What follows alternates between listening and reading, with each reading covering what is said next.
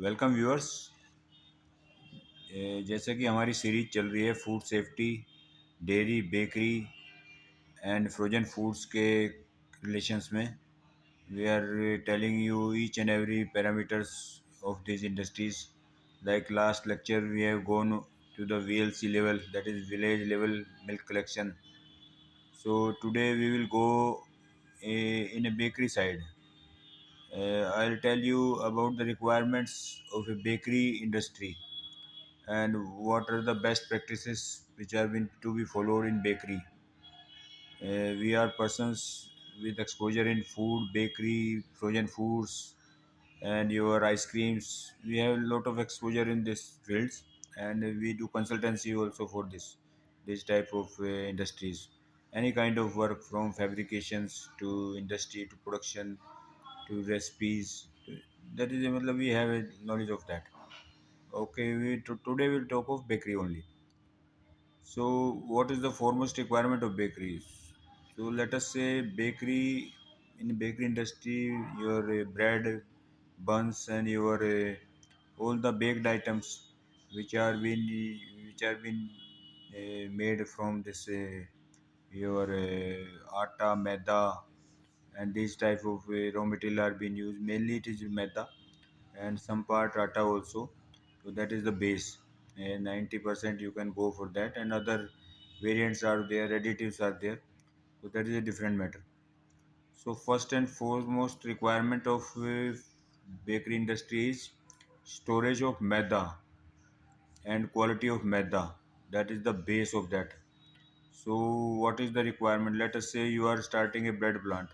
Let us say. So in that, first and foremost thing, it is to be storage of maida. And what is the storage of maida? Like the maida has a property that it will absorb moisture, and there are very much chances where if there are any issue, then this maida will be infested by pests, like this ghoon type of things will be there. So in for that case, आपको जो भी जहाँ भी मैदा आप रखोगे, जो भी area आप चूज करोगे, सबसे पहले है क्लीनिंग का पैरामीटर। आपको मैदे का जो स्टोरेज है और जो रखना है, वो इस तरीके से रखना है कि दीवारों से हटा के ज़मीन से ऊपर, और वहाँ पे हर चीज़ की लाइटिंग की फैसिलिटी, क्लीनिंग का पूरा शेड्यूल, वो सब आपको वहाँ पे रखना पड़ेगा।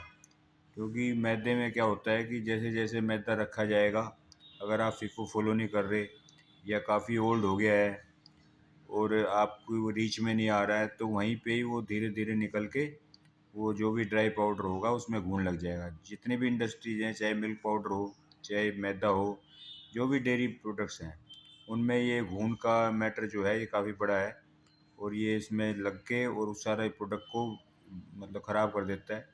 In the sense that is not very good product, because I have work with many industries and मतलब जहाँ भी आप देखोगे तो उस तरह से होता है कि आपका पहले जहाँ स्टोर किया वहाँ पे वो उसकी ग्रोथ होएगी। उसके बाद जिस इक्विपमेंट में मान लो वो जाएगा, स्क्रू कन्वेयर्स के थ्रू जाएगा, उनकी क्लीनिंग का शेड्यूल अगर सही नहीं है तो वहाँ पे नीचे कुछ एरिया ऐसा रह जाता है जो स्क्रू कन्वेयर नहीं फेंकता। जो नीचे का मान लो 2 किलो 2.5 किलो जो लेयर होगी उसमें वो पड़ा रहेगा अगर साफ़ नहीं करते। उसी तरह जो आगे उसके शिफ्टर्स हैं उनका मैटर आ जाता है।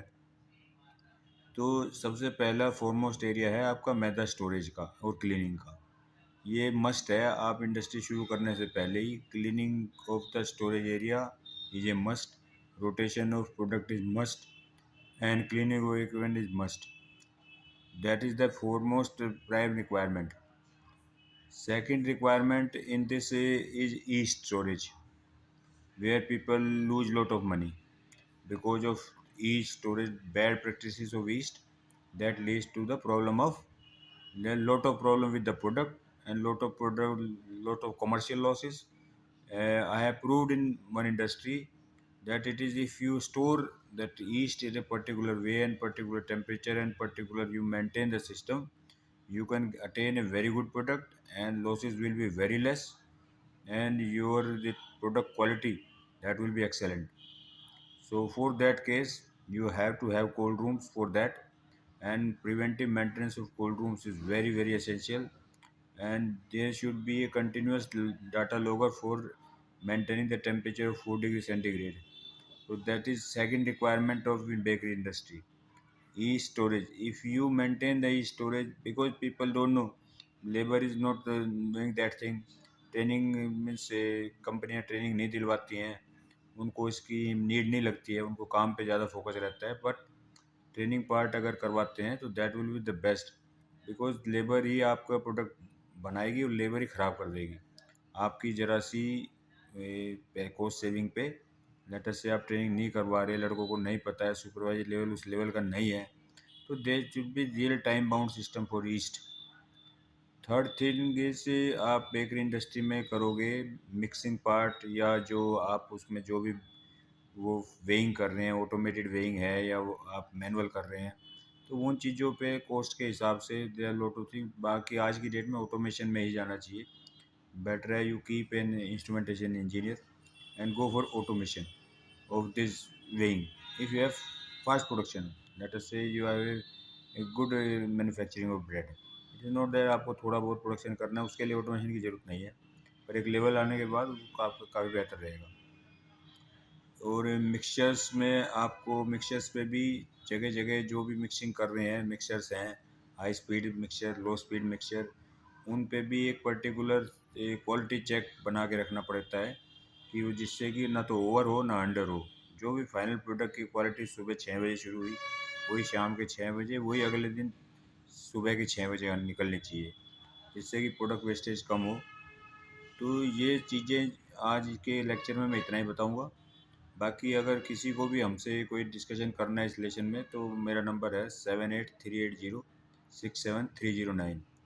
we will give you the best service, and we will train your people, and we will show on the paper and in real also that how profit are being generated in this industry. Okay.